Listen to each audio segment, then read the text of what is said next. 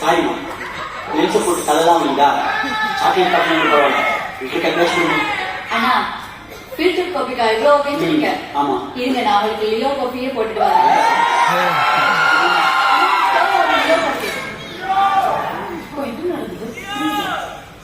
அந்த பையன் அந்த பொண்ணுகிட்ட தப்பா நடந்திருப்பான். அவனுக்கு சப்போர்ட்டா 4 பேர் உள்ள வந்திருப்பான். பதிலுக்கு நம்ம காஃபி ஷாப் நம்புறவங்களை கொண்டுட்டு புதுசா கேஸ்